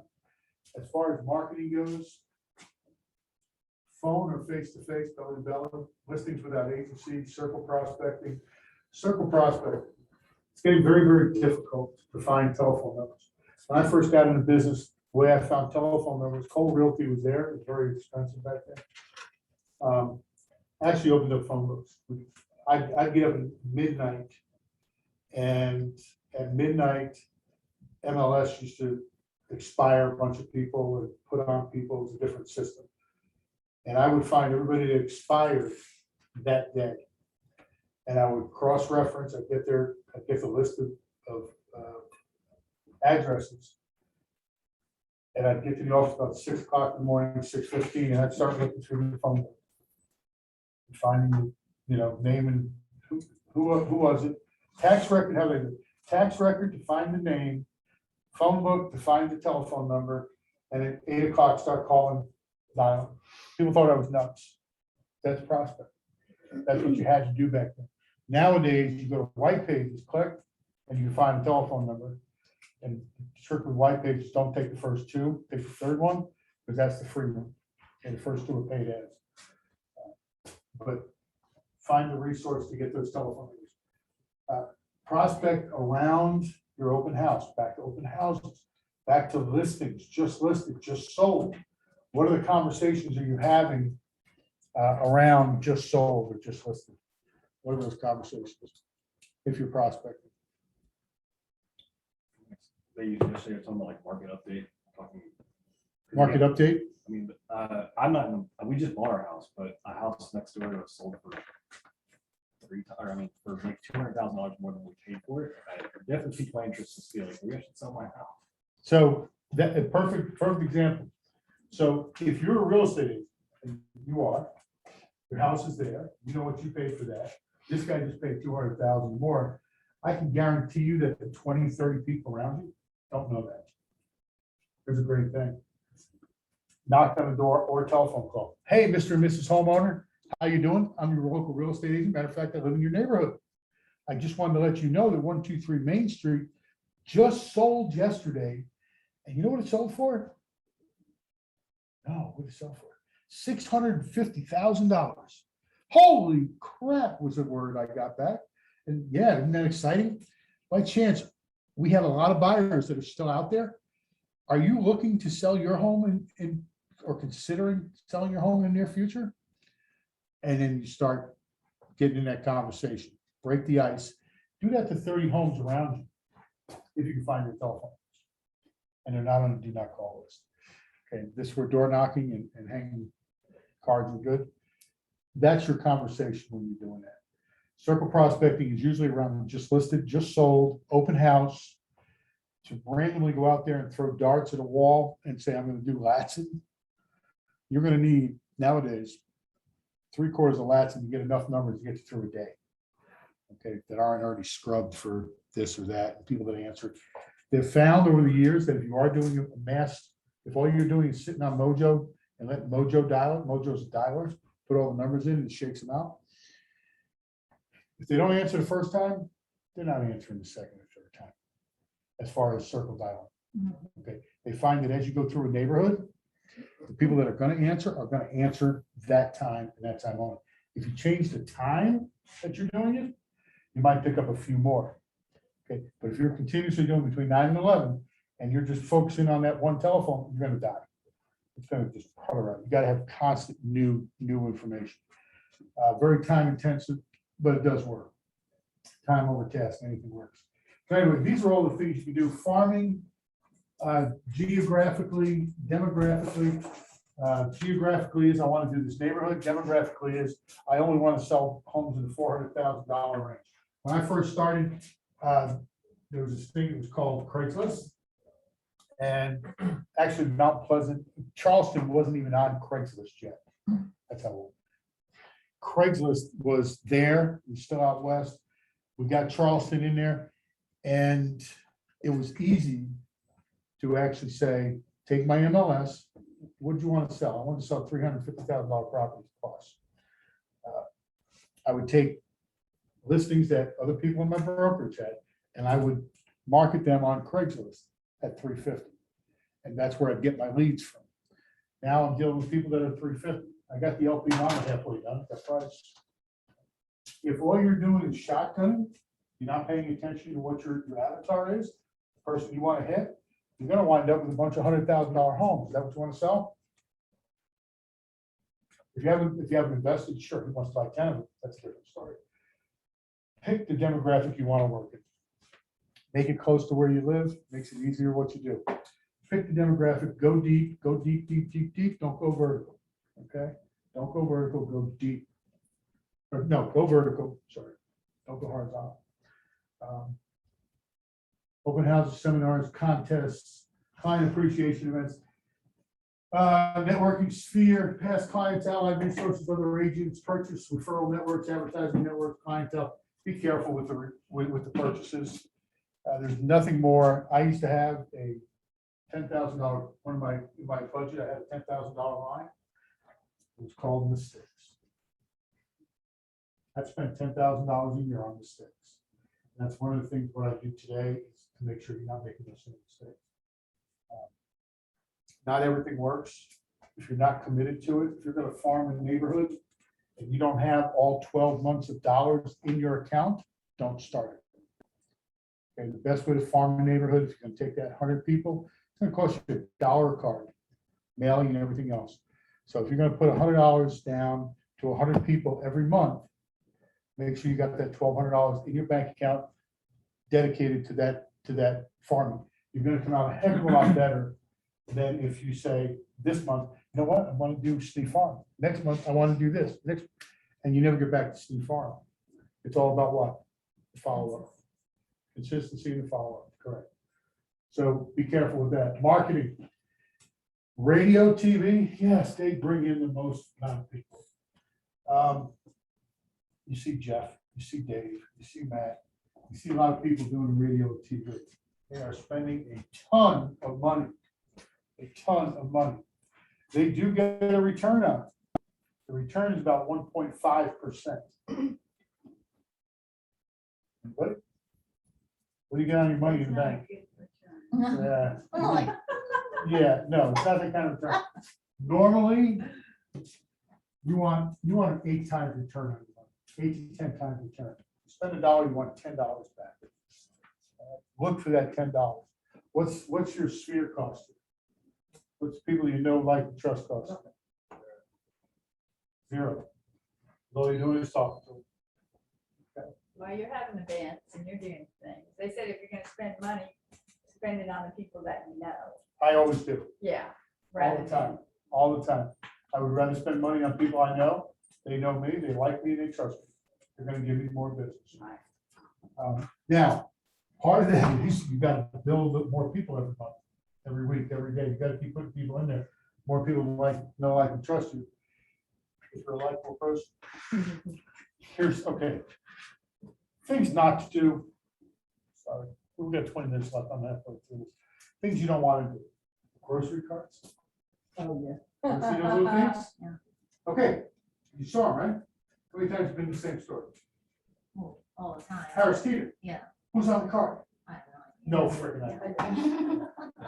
Billboards, $4,000 a month. Yellow pages, don't do it. People don't go to the yellow page and go, where's that real estate? They don't do it. Grocery carts, moving vans. I can tell you, moving vans, if you got a place on Johnny Dodge Boulevard, your name is Dave Wortan. We used to have our van out there all the time. It works, it works. Scott used to be with us, by the way. over there. Now it's out public Huh? now it's at public There you on go. James Island. Dave's had that vehicle barely runs. It's held together by Scotch tape and could, he's owned it for years. But there is a program where you can lease that vehicle. You can lease a vehicle and have it wrapped. Okay. Cost money. Dave Wortan, bus stops and benches. You drive up Dorchester Road, Dave's got his face on every seat on the way up. But he's been doing it for 30 years. He started when he was 18 years old, and everybody knows it. And some people hate him, some people love him. It all depends.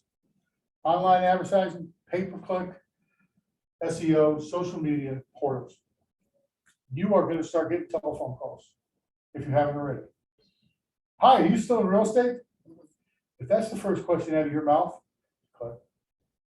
Don't care. who you are. My favorite is, are you looking for more buyers? Yeah, are you No, looking for- I'm not. no, I'm not. Thank you very much. Yeah. My first question always is, when they do make that telephone call, are you a real estate agent? No. I don't want to deal with it. I'll deal with real estate agents that want a referral when I sell the client. Okay, that's the only time I'll talk. Don't answer the phone and put money out. This is the $10,000 mistake line. Okay, been there, done it, wrote the check. Don't do it. We're gonna give you 100. I knew one woman, a couple people here know her. She came on and coaching, and first thing we do is we go through, what are you doing now? And she says, well, I'm using this to get leads. She paid $1,200 a month for leads. She's getting 100 leads a month. Good leads, right? I said, good lead. Every one of them had a credit problem. So I asked her, second question I asked her, I said, have you seen the ad? I knew what the ad said. Anybody else know what the ad said? Can't buy real estate, call this person. Pretty much said, own a home today, no money down, Nobody knows. no credit check, whatever it was. Wow, They promised her 100 leads they got it. Yeah. and she got them. Every one of them needed credit. They were all credit challenged. And she was locked in for a year. I told her, just change your credit card, take the hit. These are the things that as a real estate agent, you want to avoid. You want to avoid. Don't buy anything over the telephone. If you have a question about it, come see one of us, somebody that knows what they're doing and, or been there. And that's the only way I know what I'm doing, because I've been there and I used to do it. All right, radio segments, TV shows, live social media and blogs. Great minimal amount of dollars being spent there. Be interviewed, have your own show, live social media and blogs. Blogging is nothing more than your opinion. Don't worry if you get it wrong, it's your opinion, who cares? If they don't agree with it, they're gonna tell you. Well, you know, response, they're gonna tell you. Direct mail, postcard, campaign, special events, just sold, we did that, quarterly market updates. I do mine monthly, we send out a email. Promotional items, swag, worthless. Unless you're, to me, they're worthless. I used to have pens and papers and koozies and I had it all. And I'll be honest with you, the people that liked my pens were the waitresses and barmaids that couldn't afford a house. I gave them a lot of pens. They were good pens. They were inexpensive. I mean, it's always nice to have a little bit of swag, whether it's a Yeti cup. You know, Yeti cups are $32 a piece. There you go, Well, closing gifts. right? I like them. as They're closing good for closing gifts. That's closing gift Yeah, exactly. that I got Exactly. from my, and I use it every day. FPG, I used to work for FPG. But they're all closing gifts. Okay, well, that's another whole thing about closing. Sponsorships, I used to sponsor 8 ball teams in Mount Pleasant. Okay, it was nice. Everyone had my shirt on the back. I never saw him out in public. Seems like I always saw Billy Swales. You know, I mean, he must have done 18. Anyway, long story short. There's things to spend money on. Don't spend them early in your career. Spend them later on once you get doubled out. A lot of cheap ways to market. Marketing is passive. Call to action. How do you know where the customer is and how do you know where to meet them? How do you communicate your value proposition? How can you come from contribution or connect in a meaningful way? We've discussed most of these today. This is supposed to be a half-hour marketing mastermind. We got 18 minutes. I'm going to skip over that, but if you want to do the mastermind, I'm wide open to come back in an afternoon or catch me any afternoon, and we'll be happy to do it because I think masterminding is important. It shares ideas and you moves you forward in your business. How important do you think branding and aesthetic consistency is in your market? This is a good one. How important do you feel it is? fourth one down. Oh, very much. What makes it so? Because people then know you. If you maintain the same branding and people recognize you, they know what to expect from you, and then they get, I actually, and I never got anything from this, but I lived in, before I moved here, I lived in a neighborhood and I was walking, the dog walkers are the ones who always, if you have a dog, that's how you meet the people in the neighborhood. So I moved out of the neighborhood, I was about to move down here, met some people for one last dog walk, our dogs would hang out. So literally 2 people drove through the neighborhood and both of them asked about the prices in the neighborhood and stuff like that. There was nothing on the market. There was nothing on the market anywhere. I gave them my card. I said, "Do you have any card?" They both recognized me. I've been there 20 years. I put my face on everything. People say, "Oh, I believe you need to have your face." People they recognize you. Right, and it's all about exactly what it is. It's not no, it's just not now. Mhm. They did recognize who you were. though. Well, there's nothing to buy. So it doesn't Right, matter. exactly. Well, that's it. But they recognized who you were. The branding and aesthetic consistency is very important. Lock yourself down. If you have to talk to a marketing person, short, don't spend thousands. Okay. For years, my personal brand is that I am pretty direct. You're gonna get it. You might not like what I say, but you're gonna hear it. Okay, but my biggest part is that you're gonna get the truth. Mr. and Mrs. Buyer, Mr. and Mrs. Seller, don't care. Your house smells like cat piss. We need to do something about it. Okay, because if you don't recognize that up front, and that's real. I mean, that has happened. Of course, I probably said you aren't, but that's my brand and people know who I am. And some people like it, some people don't. I don't care about the ones that don't. Okay, the ones that do, they are my tribe, and they are the people that follow me and help me in my business. Okay, so get that early. Sit down and just, I don't have a resource for you. I wish I did. Write down your values. Write down your standards, because when you know your standards, it makes the rest of the day easy. My standards are, I'm not going to lie to you. We're going to tell you the truth. We're going to do everything we can to be your fiduciary. We are going to take care of you and not the other side. I'm going to negotiate for you, not for me, because I'll tell you what, even the biggest commission I've ever had, which was well over $45,000, it didn't matter to me. It didn't matter to me if I made 45 or 35. I was more worried about making sure she got the right number. That she got, actually, going back to that $2 million sale, this is where it comes in. They were millionaires, obviously. And her husband had died. The kids had talked her into buying another house on Sullivan's. I'm sure the beautiful one on Borderway, right there in the Isle of Palms. And that was too small for the kids. The kids were 40 years old. They have her buy this one. Nobody goes to the house except her daughter's in-laws. Finally, Ms. Ann said, "I'm tired of spending my money for their vacation, and I want to sell it." She bought it for $2.1 million. We were in the pits of the recession back in 2009, and I think I put it on the market for 1.6, 1.8. I felt bad, and she said, "Just get what you need to get." Offer came in at 1.1. Yeah, right. And she said, "Okay, take it." I said, "Miss Ann, I will not lose this deal for you. You have to allow me to negotiate this up. I cannot let you take this number." She's like, "I'm good." I said, "No, man." So I took we got him up to 1.6, which was good. I felt it was good. She was ready to throw $500,000 away. It's not in my book. I'm like, the difference in the price wasn't a whole bunch, but it was about doing the right thing. I could have said, "Oh, 1.1, I got what, $35,000, see you later, goodbye, I'm done." But that's my brand, okay? And you're gonna know it. So pick your brand, figure out what your standards are, what you're gonna tolerate. The other part about standards is, this is my standard. If it falls outside my standard, it's an easy question to answer. I can say no a lot because I know exactly where my standards are. How should you follow up with leads generated from your market? Consistently and persistently. Right? What does this postcard say to you?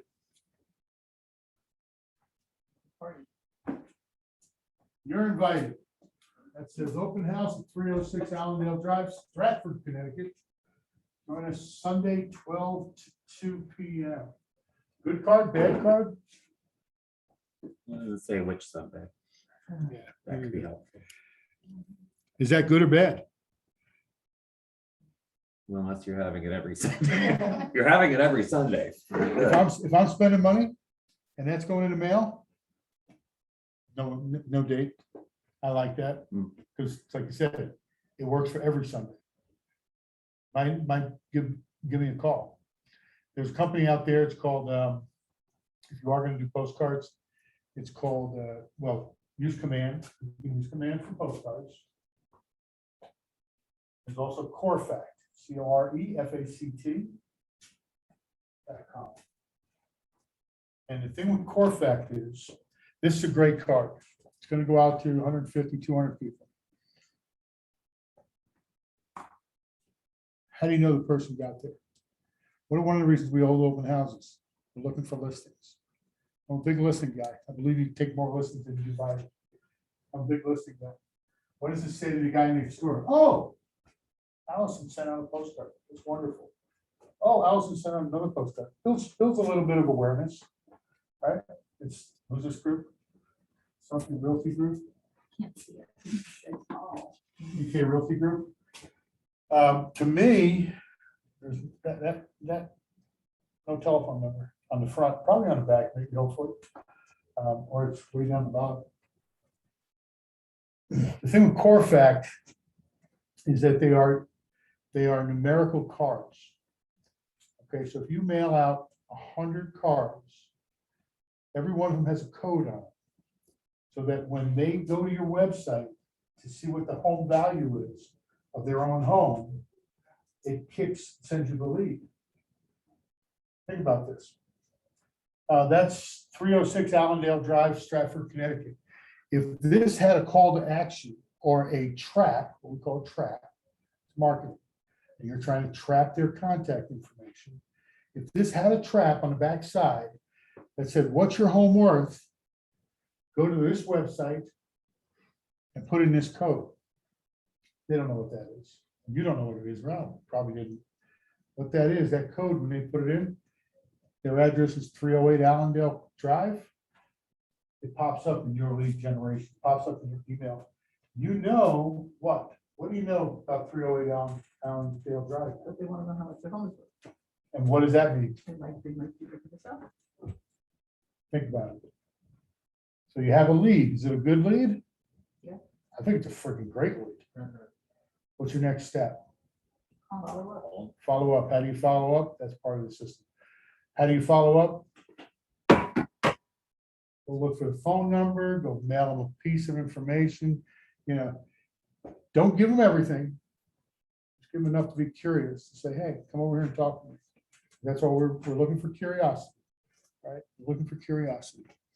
So that's what I look for in a postcard when I market with postcards. I'm looking for more leads. I'm looking for seller leads. Buyer leads are more, I do buyer leads more on the web than I do anywhere else. Okay, this is Designs in Command. Any one of these you can build. There's a couple different ways to do this. So let me catch up in my inventory. There's two types of agents. So we can skip this through. Remember the triangle we had, marketing and prospecting? Two different agents there. I look at them the same way. The top triangle is what I call a farmer, somebody that kind of cultivates the land, cultivates the person, and the bottom one is a hunter. A hunter is somebody that goes out, dials the phone, knocks on the doors, talks to the people. That's a hunter. Okay, and that's what you got to pick one. Which one you're going to be? You got to pick which one. All right. Go into Command. You can pull it up a couple different ways. You can talk to them about open houses. You can talk to them about market stats. All these things are like just plug and plays. This is called social proof. Okay, these are the houses I sold. These are the houses I have listed.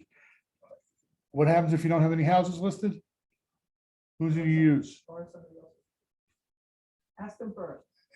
If they're right, if they're in this brokerage, they belong to Joseph. They don't belong to me, they don't belong to you, they belong to the broker. Ask the agent if you can use it. 99.9% of the time, they're gonna say yes. The only time they won't say yes is if you're a goofball. There's a couple.